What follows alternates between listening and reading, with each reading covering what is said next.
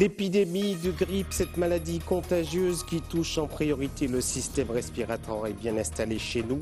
3 cas graves dont un mortel a été enregistré. Soyez attentifs aux conseils que nous vous donnerons en début d'édition. Au CHU, c'est nuit et brouillard. Les discours sont contradictoires et confus. Le personnel est sur ses gardes et poursuivra sa mobilisation pour gagner l'opinion. La direction, elle, tente de rassurer et de maintenir le cap. À Trois-Rivières, où un conflit a débuté vendredi dernier, le syndicat UGTG et le maire tentent d'accorder leur violon. Ce n'est pas la chose la plus simple. Yvan Lemar va tenter de démêler cet écheveau pour ATV Guadeloupe. À Lamentin, la déchetterie est là, mais les malotrues préfèrent déverser leurs déchets devant l'entrée de la structure. ATV revient ce soir sur cet inadmissible acte d'incivilité qui montre que nous avons encore beaucoup de progrès à faire. Bonsoir à toutes et à tous et merci de nous accueillir chez vous pour le développement de l'actualité de ce mercredi 28 février 2018. Les nuits sont fraîches en ce moment et il y a beaucoup de touristes, vous avez sans doute remarqué aussi. Tout cela donne un joli petit cocktail pour nourrir des chats dans la gorge et de rendre quelquefois par son nez toute son âme. Selon le dernier bulletin officiel, 3 cas de grippe très sévères dont un cas mortel ont été relevés en Guadeloupe. Sur l'épidémie des grippes en Guadeloupe, voici le récit d'Anne-Elisabeth Arsène. Tandis que le nombre de consultations en médecine de ville diminue depuis plusieurs semaines, le dernier bulletin de veille sanitaire concernant l'épidémie de grippe fait état de 3 cas graves, dont un décès. Souvent la contamination, c'est interhumaine. Et donc on peut en mourir effectivement si on est fragile, c'est-à-dire c'est souvent les sujets qui sont plutôt âgés, qui ont d'autres pathologies. Alors la grippe, c'est pas une bactérie, donc les antibiotiques marchent pas dessus. Donc en fait c'est des prescriptions tout à fait, juste contre les symptômes dans un premier temps. Mais effectivement il faut consulter quand même le médecin parce qu'il peut y avoir des surinfections bactériennes qui sont dues donc au virus de la grippe et notamment chez les personnes qui sont plus fragilisées. Donc c'est pour ça que l'examen clinique est intéressant et que par la suite, en fonction de ce qu'on trouve, on peut être amené éventuellement à prescrire des antibiotiques. Face à cette épidémie de grippe, certains préfèrent se fier aux solutions alternatives et se tournent vers leur pharmacien. Ce qu'on appelle de l'automédication, c'est-à-dire que les personnes viennent et décrivent leurs symptômes et on essaie de leur trouver le produit qui est adapté au traitement. Mais c'est vrai qu'on est sur une saison qui est particulière parce qu'il fait frais, il fait très froid, donc les symptômes de la grippe sont effectivement plus intenses. On prescrit ce qui est antalgique, donc pour les douleurs, ce qui est antipyrétique, donc pour la fièvre. On prescrit également on pensait également des solutions nasales, des solutions naturelles à base d'eau de mer. Après une forte augmentation en fin 2017, le nombre de consultations pour syndrome grippal s'est stabilisé. Mais l'épidémie de grippe se poursuit car les valeurs relevées dépassent le seuil épidémique depuis 9 semaines consécutives. Les explications s'entrecroisent et s'entrechoquent même depuis l'incendie qui a touché le CHU. Finalement, c'est entre nuit et brouillard que navigue l'établissement. La direction tente de rassurer. Le personnel s'est constitué en collectif pour tenter de gagner l'opinion. Une manifestation a déjà eu lieu, une autre aura lieu demain. Voici le récit de cet imbroglio par Patrick Uri, Moïse Dexter et Anne-Elisabeth Arsène. Depuis le 28 novembre dernier, rien ne va plus au centre hospitalier universitaire. Une scission semble s'être faite entre la direction et les agents hospitaliers. Une manifestation d'information était organisée par le collectif de défense du CHU à l'attention de la population. La manifestation aujourd'hui, c'est d'informer la population pour quand il y a aussi difficulté que le CHU a rencontré des pièces incendiaires le 28 novembre, à savoir prise en charge à les malades, personnel qui est malade actuellement, qui ne peut pas répondre poste à yo, démission à les médecins, toutes difficultés que l'hôpital a rencontrées en fait. Et pour ça, venir joindre nous, adhérer à collectif là, pour nous ça prendre l'hôpital nous Guadeloupéens en main ensemble. Pour les agents hospitaliers, les conditions de travail sont devenues plus compliquées. Ils espèrent une évolution positive grâce à ce mouvement collectif. Actuellement, c'est très difficile. Pour ma part, moi, je suis infirmière aux urgences cardiologiques, donc je me retrouve encore en cabinet privé au niveau des eaux clair. Après, je suis aussi infirmière aux urgences, donc depuis vendredi, l'équipe enfin a été réunie, mais c'est très difficile parce que nous ne sommes pas dans nos locaux. Il y a une partie du service qui est encore sous tente et les conditions sont très difficiles. Ils étaient peu nombreux, hommes politiques, artistes et personnes de tout horizon, à avoir répondu à l'appel du collectif, mais les présents étaient déterminés à en savoir plus. Surtout, on vient garder, essayer de comprendre ce qu'il a fait parce qu'en pas on dit dans l'hôpital là, c'est un Guadeloupéen qui a passé devant l'hôpital là, tous les qui a vu l'hôpital, il y a qui est malade, les familles qui sont malades, et c'est à ce moment-là, nous avons les urgences.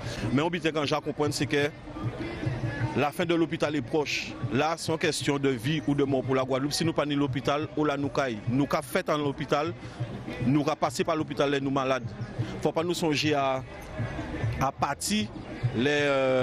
Parce que le réflexe c'est de dire bon rappelons un billet Brian Bala et puis compétent. Non, nous avons un personnel hospitalier qui a travaillé dans nous, qui là matin midi et soir dans nous.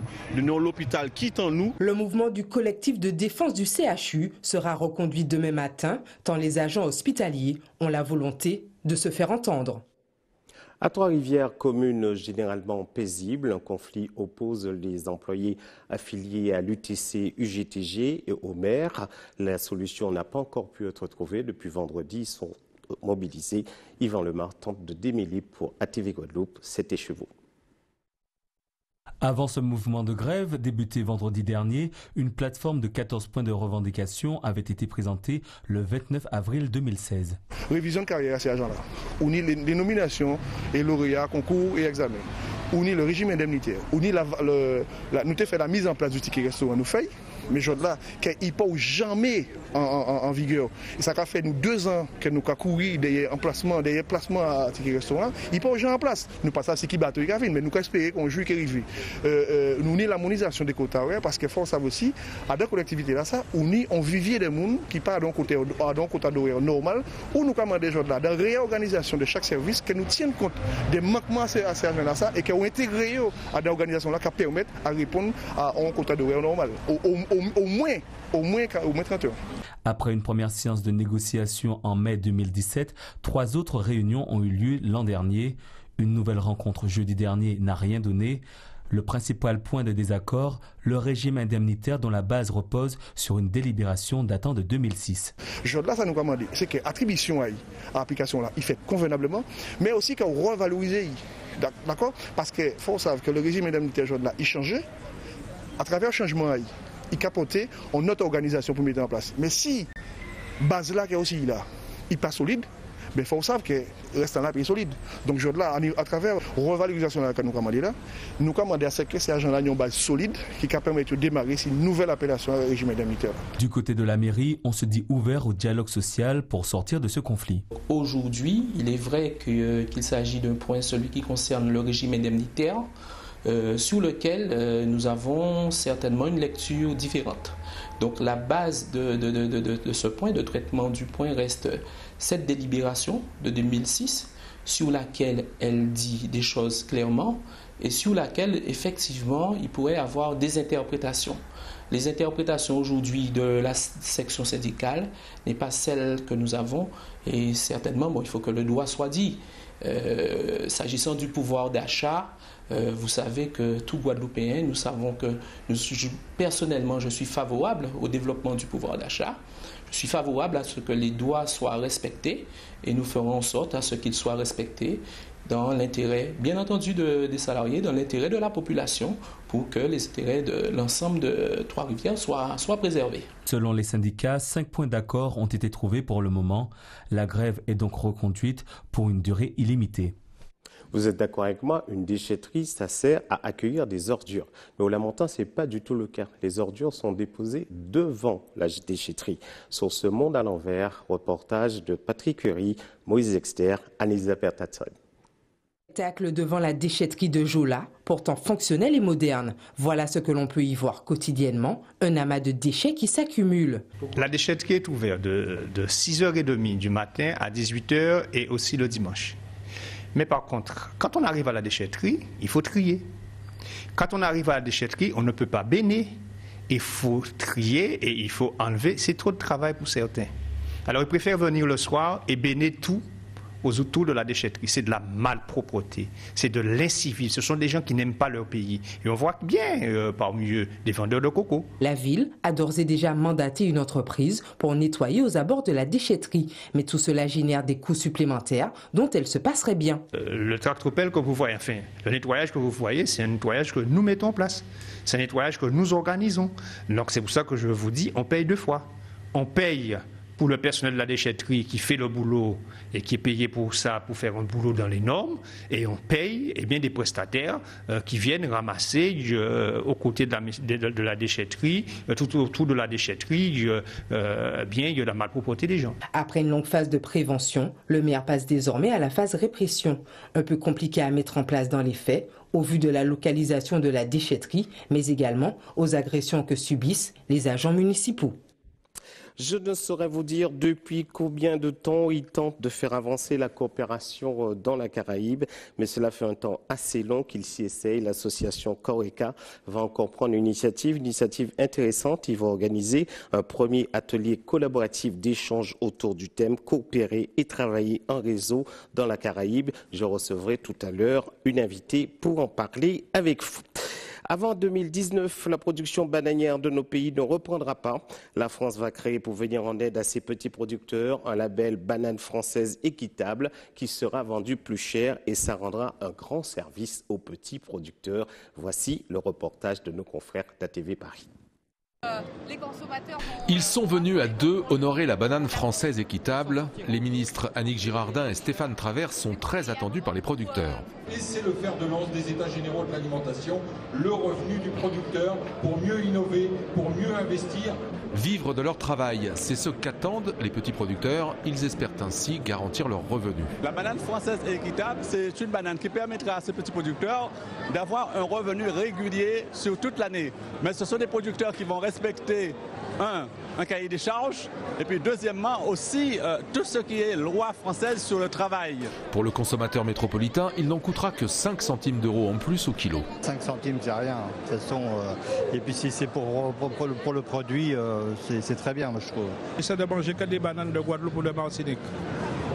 Parce que c'est meilleur. Et voilà, et le rapport qualité-prix, ça ne se discute pas. La banane française équitable est aussi une réponse donnée à la tentative contestée et avortée de produire de la banane mieux que bio l'année dernière. Nous aujourd'hui on ne sait pas bien faire de bio, on a un producteur bio, mais malheureusement c'est pas si facile que ça. C'est vrai qu'on est peut-être en transition vers ça, mais on n'y est pas encore. Et dans le cadre de la réglementation européenne, aujourd'hui on ne sait pas le faire. Mais c'est vrai qu'on y travaille et l'équitable, c'est une autre dimension, c'est-à-dire que c'est vraiment protéger une petite agriculture familiale et ça on souhaite vraiment conserver le maximum d'agriculteurs en production. Il n'existe pas de concurrence à la banane française équitable. L'objectif est de permettre aux 420 producteurs antillais de moins de 500 tonnes par an une augmentation de leur rémunération de 40%. Je vous l'annonçais tout à l'heure, une nouvelle initiative du Coreca pour tenter de faire avancer la coopération dans la Caraïbe. Madame Eluther, bonsoir. Bonsoir. Merci d'avoir accepté notre invitation. Alors, ça fait longtemps qu'on essaye de faire avancer cette coopération. Il y a plein d'initiatives. Chaque fois qu'il y a une catastrophe, on est présente. Mais cette idée de travailler en commun, en réseau, d'où vient cette idée ? Eh bien, en fait, l'idée, est de passer d'un réseau formel, informel, excusez-moi, qui se fait très naturellement, instinctivement, à un réseau plus formalisé. L'opportunité s'est présentée d'un dispositif qui s'appelle le dispositif des réseaux régionaux multi-acteurs, qui est un dispositif mis en place par le ministère de l'Europe et des Affaires étrangères, qui incite justement à formaliser le travail de réseau informel. Mais on dit quoi dans ce travail ? On travaille sur quoi? Quels sont les thèmes? Quelles sont les thématiques? Je prends un exemple parce qu'il y a une université, par exemple dans la Caraïbe, l'université des West Indies. Est-ce qu'on travaille avec cette université? Est-ce qu'il y a des échanges? Est-ce qu'on fait des recherches en commun? Alors justement, c'est très intéressant parce qu'un de nos invités est M. Fred Reynaud, qui va nous parler de son expérience justement de réseau intra-universitaire pour montrer en fait quelle valeur apporte de travailler en réseau. Parce que je pense que travailler en réseau est une des stratégies parmi tant d'autres pour faire de la coopération. Donc ça veut dire travailler en réseau, je peux ajouter à ça réseaux sociaux. pour publication des travaux, des résultats. Bien sûr. Effectivement. Alors justement, la visibilité du réseau est une priorité. D'accord. Donc un des outils qui devra émaner de ce réseau, c'est de créer un site web qui permettra d'être la vitrine de tout acteur qui intervient dans la coopération dans la Caraïbe. Alors je vais vous poser une question banale. L'obstacle de la langue? L'obstacle de la langue, ce n'est pas le réseau qui va, en tout cas, le surmonter d'emblée. En revanche... Et en revanche, j'ai vu que la CARICOM s'apprêtait à adopter le français. Absolument, comme langue officielle. Donc vous voyez comme quoi, au fur et à mesure, peut-être qu'il y aura moins de barrières de la langue. Mais il faut que nous aussi... Justement, ce réseau, ça sera un espace de rencontre. D'accord. De rencontres, d'échanges avec le français, l'anglais, l'espagnol. D'ailleurs, c'est un point important pour nous dans la rencontre que nous organisons vendredi, c'est d'essayer d'avoir des acteurs anglophones, francophones, hispanophones qui puissent échanger sur quels outils pour pouvoir travailler ensemble. Nous avons des problématiques communes dans la Caraïbe, des problématiques environnementaux, des problématiques climatiques, etc. Est-ce que tous ces thèmes, toutes ces recherches peuvent un jour se mettre, on va dire, ensemble pour sortir des solutions pérennes ? Alors, en tout cas, le réseau permettra de créer des espaces où on pourra mettre en commun des savoirs, des savoir-faire, puisque l'objectif est de pouvoir identifier des complémentarités, des synergies. Vraiment, je crois qu'il faut le voir vraiment, cet outil, ce réseau, comme quelque chose pour dynamiser, pour permettre aux acteurs de se rencontrer. Comme fait toujours le COECA. Alors, le 2, comment ça va se passer? Le 2, donc c'est le premier Work Lab de la coopération dans la Caraïbe. Là, en anglais, là, Work Lab. Ben, voyez, comme quoi. Et en fait, l'idée est de pouvoir informer les acteurs qui sont institutionnels, qui sont des acteurs de la société civile, sur ce qu'est le dispositif réseau régional multi-acteurs. D'accord. Voilà, en quoi ça consiste? Parce que il y a à ce jour 12 régions qui disposent de ce type de réseau. D'ailleurs, parmi nos intervenants, il y aura Monsieur Ben Laoussine, qui est le président du réseau S'entraider de la région de la Loire. Et qui est en plus le président du comité national des réseaux multi-acteurs. Donc il va nous parler aussi bien du dispositif institutionnel que de son expérience de région. Voilà. Et vous, Madame Luther, vous allez intervenir sur quoi? Bah, écoutez, moi, j'ai la belle responsabilité de conduire ce projet avec une équipe qui est superbe. Donc, je serai là pour m'assurer que les choses se passent bien et faire une intervention également sur l'essence de ces rencontres. Oui. Depuis que vous travaillez pour le CORECA, vous avez fait beaucoup de choses sur les catastrophes. Est-ce que vous avez vraiment le sentiment d'une utilité par rapport aux îles de la Caraïbe, venant de nous? Alors, une utilité, est-ce que la Guadeloupe serait utile dans son environnement? Je vous avoue que pour moi, c'est pas la question que je me pose, parce qu'on est dans la Caraïbe. Non, mais celle que vous me posez. Ce soir.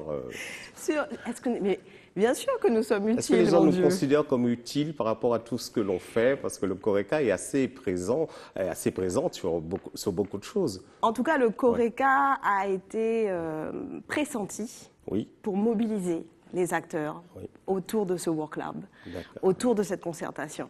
Donc je pense que c'est parce que nous avons une expérience de mise en relation, d'accompagnement, de synergie. Oui. Alors, justement, c'est peut-être pas au niveau du CORECA, mais l'apprentissage, ça commence dès là. Le président Chalus est actuellement à Paris pour négocier dans les ministères pour obtenir pour les jeunes des dotations pour faire changer l'apprentissage. Je vous propose de regarder le reportage, le récit de notre consoeur Anne-Elisabeth Arsène sur ce sujet. Et je vous remercie, Madame Luther, d'être venue sur notre plateau. On regarde ensemble. Une réforme pour faire décoller cette filière. C'est l'objectif du gouvernement qui envisage de réformer l'apprentissage. Présenté par le Premier ministre le 9 février dernier, l'une des nouvelles mesures prévoit une aide de 500 € pour le passage du permis de conduire. Le président Harry Chalus s'est d'ores et déjà entretenu avec la ministre du Travail en faveur de cette réforme qui s'ajouterait à l'accompagnement au permis de conduire proposé par la région Guadeloupe, déjà en vigueur dans notre département. Cette réforme sera présentée en Conseil des ministres mi-avril et pourrait concerner entre 150 000 et 200 apprentis ayant plus de 18 ans, sans condition de ressources ni de justification, de trajet en voiture. Vous êtes sur ATV, restez avec nous. Dans un instant, nous irons avec Linda Kayarsi à Petit Canal pour une rencontre de petits sommets consacrés aux très petites entreprises. Et avec Yvan Lemar, nous verrons que le bois est un secteur d'avenir pour la Guadeloupe. Ils ont été rassemblés à Petit Canal parce que c'est une région d'avenir. Les très petites entreprises, la Chambre de commerce a tenu à s'occuper d'eux. Voici le reportage de Linda Kayarsi. Des conseillers techniques, financiers, experts dans le domaine de la création d'entreprises et de la formation. Ce matin, au premier forum des TPE du Nord-Grande-Terre, ils étaient nombreux à avoir fait le déplacement. Une aubaine pour les porteurs de projets et les chefs d'entreprise. Mon projet, c'est l'agrandissement de mon entreprise. Je vends des bijoux fantaisie et de la lingerie. C'est difficile, je ne vais pas mentir, c'est difficile. Il faut s'accrocher. Quelles sont les difficultés que vous rencontrez? C'est plus du côté des financements, puisque j'ai créé ma propre entreprise avec mes propres fonds. Il faut quand même un petit coup de pouce, quoi. Un petit coup de pouce non négligeable pour la CCI qui a voulu montrer à travers cette matinée d'échange sa volonté constante de participer activement au développement économique de l'ensemble du territoire. Nous avons pas mal de chefs d'entreprise dans les TPE, surtout sur le Nord-Grande-Terre. Nous en avons 2956. Ce sont des chefs d'entreprise qui veulent être formés et qui n'ont pas suffisamment de conseils, d'accompagnement et d'informations pour pouvoir pérenniser leur entreprise. Au-delà du facteur financier, pour assurer la pérennité d'une activité, la Chambre consulaire met l'accent sur la formation, un enjeu capital. Nous avons des enjeux très importants. Nous avons la digitalisation, nous avons la formation, nous avons la mutualisation, nous avons l'emploi des jeunes qui reste quand même le leitmotiv de notre président Patrick Vial-Collé. Donc pour que ces entreprises-là puissent s'adonner à tout cela, il faut bien qu'il y ait une formation, il faut bien qu'il y ait un accompagnement. L'objectif de la CCI, rendre mobile ce forum des TPE. Si vous cherchez une activité pour ce week-end, sachez qu'à Destréland est organisée une exposition concernant le bois de Guadeloupe dans toute sa splendeur. Et une splendeur qui nous est racontée par Yvan Lemar. Cette deuxième édition du Salon du Bois a pour thème « Bois de Guadeloupe dans toute sa splendeur ». L'objectif, c'est de faire connaître tout d'abord les artisans du bois, le bois dans toute sa splendeur, de faire aussi rapprocher la population guadeloupéenne pour voir le savoir-faire des Pointe-Noiriens et de la Guadeloupe. Mais aussi de faire venir les jeunes pour les intéresser et voir que la filière bois, ça existe. Il y a de l'avenir pour ces jeunes-là. Pour l'occasion, une quarantaine de stands occupent le centre commercial avec quelques nouveautés. Alors, la nouveauté, c'est que déjà, on est en plus grand nombre et qu'on est sur un espace, je dirais, beaucoup plus grand puisque nous disposons de toute la galerie du bas, de toute la galerie du haut, de l'extérieur, mais aussi nous avons plus de possibilités en nouveauté. Surtout, nous avons des artisans qui ont innové en matière de création, qui a apporté un plus dans leur finition, un plus dans, je dirais, améliorer leur savoir-faire. Donc c'est dans ce sens que nous avons, on peut dire, le côté innovation. Cet événement est surtout l'occasion de redynamiser la filière. Cette filière se porte de manière, on dirait, en dents de scie, puisqu'elle n'est pas encore, elle mérite d'être structurée, puisqu'elle a, on va dire, des brides et des mailles dedans, mais ce n'est pas encore une vraie chaîne, puisque nous avons des exploitants forestiers, nous avons aussi des ébénistes, des menuisiers et des constructeurs en maison de bois, des constructeurs de maisons. Nous avons aussi des artisans d'art. Mais ce qui manque à la filière, c'est sa véritable vitrine. Ce sont les structures pour que les artisans puissent se dire, bon voilà, ils maîtrisent une filière de A jusqu'à Z. Ce sont aussi les possibilités, je dirais, financières, les ouvertures, aussi la main-d'œuvre qui doit venir aussi pour, on va dire, le relais. Donc c'est tout ce qui manque à la filière, puisque Maria est passée, on a du bois qui est resté en souffrance et que nos exploitants forestiers n'ont pas pu exploiter, faute de moyens, faute de possibilités, je dirais, financières. Cette exposition se déroulera toute la semaine à Bémao. Une grande fête du bois est prévue à Pointe-Noire au mois de mai. Et maintenant, quelques informations qui peuvent être utiles à votre vie quotidienne. Le prix du carburant, le samplon, 1,41 €, soit moins 1 centime. Le gazole, 1,21 €, soit moins 3 centimes. Et la bouteille de gaz est à 20,19 €, soit moins 0,69 centimes. Vous ferez des économies. Et pour les coupures d'eau, faites des réserves. Jeudi 1er mars, zone de Gosier de 18 h à 6 h du matin. Le lendemain, il n'y aura pas d'eau. Et si vous voulez donner votre sang, ce sera devant le lycée des Droits de l'Homme à Petit-Bourg de 8h30 à 13 h. Et si vous avez des informations à transmettre à ATV Guadeloupe, sachez que notre téléphone, c'est le 05 90 71 11 et notre fax également. Pourquoi ça ne tourne pas rond depuis 30 ans? C'est la une de Nouvelle Semaine que vous trouverez dans vos points de vente. Cette édition est à présent terminée. Je vous en rappelle les principaux titres. L'épidémie de grippe, cette maladie contagieuse qui touche en priorité le système respiratoire, est bien installée chez nous. 3 cas graves dont un mortel a été enregistré. Vous avez été attentifs aux conseils que nous vous avons donnés en début d'édition. Au CHU, c'est nuit et brouillard. Les discours sont contradictoires et confus. Le personnel est sur ses gardes et poursuivra sa mobilisation pour gagner l'opinion. La direction, elle tente de rassurer et de maintenir le cap. À Trois-Rivières, où un conflit a débuté vendredi dernier, le syndicat UGTG et le maire tentent d'accorder leur violon. Ce n'est pas la chose la plus simple. Yvan Lemar nous a fait le récit de ce conflit qui n'est pas encore terminé. À Lamentin, la déchetterie est là, mais les malotrues préfèrent déverser leurs déchets devant l'entrée de la structure. ATV est revenu ce soir sur cet inadmissible acte d'incivilité qui montre que nous avons encore quelques progrès à faire chez nous. J'étais très heureux de vous présenter ce journal ce soir en remplacement de ma consoeur Barbara Olivier Souffrante. J'espère qu'on la retrouvera très bientôt. Bonne soirée et à demain.